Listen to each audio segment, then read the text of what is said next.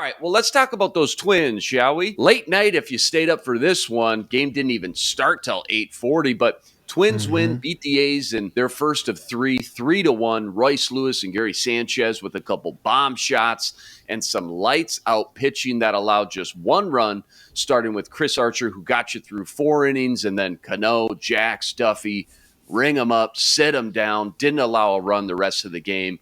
I know what you're going to say, Reggie. It's just the A's, Luke. Settle down. But, hey, man, I'll take them when I can get them. Hopefully they can take advantage of this soft spot in the schedule like we talked about yesterday. But your quick thoughts and notes from last night's victory. You know, last night showed some grit. Chris Archer started the game, and he had 22 pitches in that first inning. Got into some trouble, got out of it. He ended up only going 4 innings, only gave up an earned run, but no decision. Still didn't get a decision, man. He doesn't have a win still. It's tough. But I think you saw some things that you like. They knocked in the run to start the game.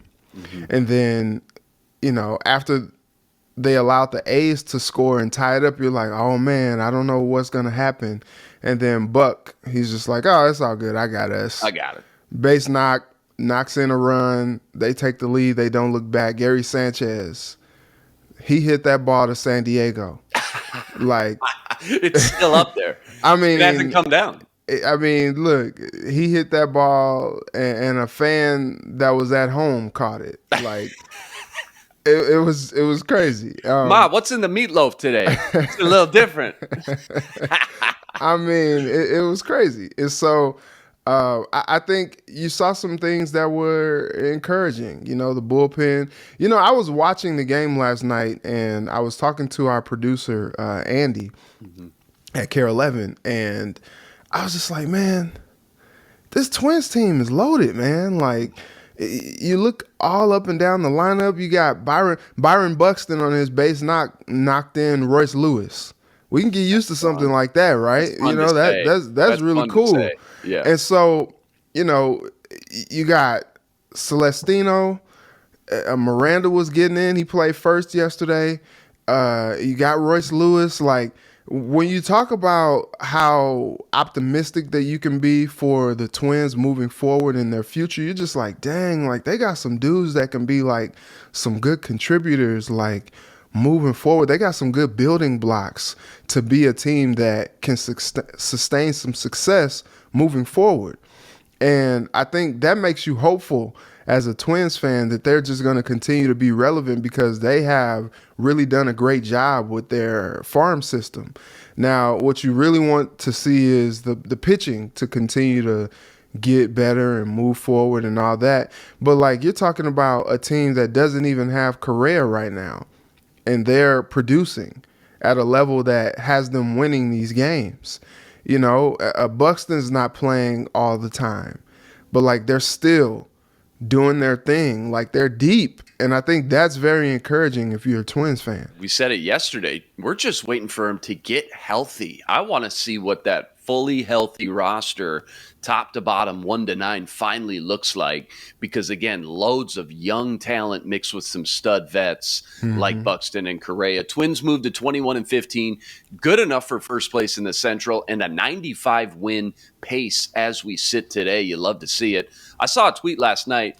If the Twins send down Royce Lewis, we riot. Talking about the eventual return of Carlos Correa at shortstop. Yeah. So what's the plan here, Reggie? I mean, you're talking about the number 1 overall pick. You groom and develop him the last few years. He finally gets brought up and looks every bit the part. How does Rocco Baldelli find a spot for him when Correa does, in fact, return to the lineup? I mean, there's just no way you can send him back down now with the way he's flashed in this small sample size the past week or so, right? I do not want to be Rocco right now. I do not. And it's tough, you know what I mean? It's great that he's only in St. Paul if you do send him down.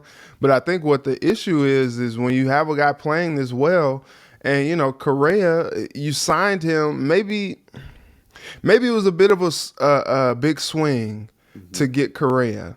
But maybe you didn't think Royce Lewis was absolutely just ready right now to play on an everyday basis. And so you got Correa to help with that. But they have a really good problem to have. When you got an all-star shortstop and then you got an up-and-coming shortstop, first home run as a pro is, or as an MLBer is a grand slam. Salami. And then you got him like playing well in the field and with the bat. Like that's exciting. And I think fans are like, look, just put him at second base, put him at third base, put him at DH or something. Whatever you got to do.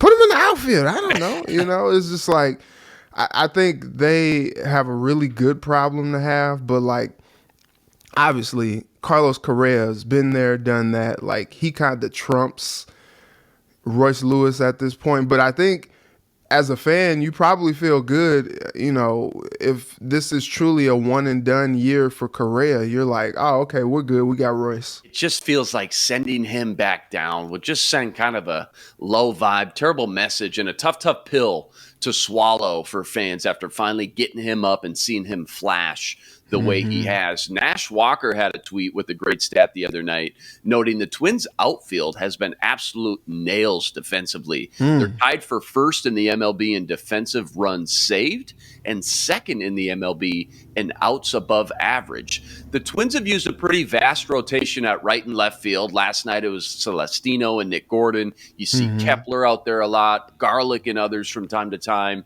But where am I going with this? I got to find a way to bring up and talk about Byron Buxton whenever I can. The man in the middle, the rock. He's the cornerstone of that unit, undeniably, right? And he's also tied for second in the league with 11 home runs, just one behind Aaron Judge with 12. We talked about how valuable the guy is, and Carlos Correa spoke to the media yesterday about supporting this new Twins game plan to put Buxton on 100 or so game count to maximize his talent and health, staying, quote, I'd rather have him for 120 of a full season than have him for 50 because he's trying to do too much. So, Reggie, I know we mentioned it yesterday, but your final quick thoughts on Correa supporting his teammate and the Twins' new game plan to limit Buxton despite the backlash from numerous fans who want to see Buxton out there on the field every game, every inning, every pitch. They can soak everything they can out of him. Correa, I'm looking at it right now, is like they probably don't know the game of baseball. You're like, whoa, right, don't do that. Right. Don't do that to the fans. I think what's tough is like, look, I like cookies, okay? I can eat cookies all the time. Like snickerdoodle, peanut butter, chocolate chip, like, my favorite. I love cookies. Can't necessarily eat them all the time, though, if I want to live long. You know what I mean? Like all the butter and all the sugar and all, like, probably not sustainable for my long-term health. You know what I mean? The doctor ain't going to allow that. No. Yeah, you're probably talking about high cholesterol, me having a heart attack when I'm 40, like all that type of stuff, I think it's a similar thing, a similar anecdote with Byron Buxton. Like, the fans love it. He's such a treat. He's ice cream after dinner, and it's just like, oh no, like, I mean, but we love ice cream. What do you mean? Like, dessert is the best. Sometimes I eat dessert before dinner. Dish, though, right? But it's just like, that's not sustainable, though. And what we've seen with these injuries with Buxton is like, he's gonna get them, and they are gonna allow him to not play in games and not be durable over a full 162. Well, if you manage that risk and you're like, oh, okay, maybe every couple days I'll have a scoop of ice cream. Maybe every couple days I'll have a couple cookies after dinner. And it's just like, it's enough to satisfy that sweet tooth, for the week. And I think that's probably what the idea is with Buxton. It's just like, look, if you want to eat cookies every day, then all right, you gotta be able to accept the consequences.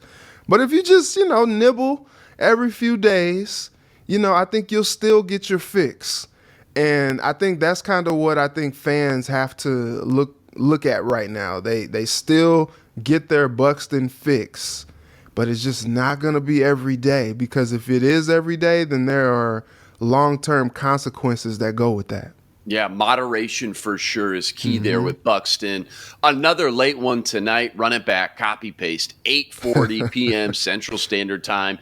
Dylan Bundy on the mound tonight for Twins in Game 2 versus the A's. Fans hoping for the return of Carlos Correa any day now. Rest assured, Reggie and I will be here to break it all down.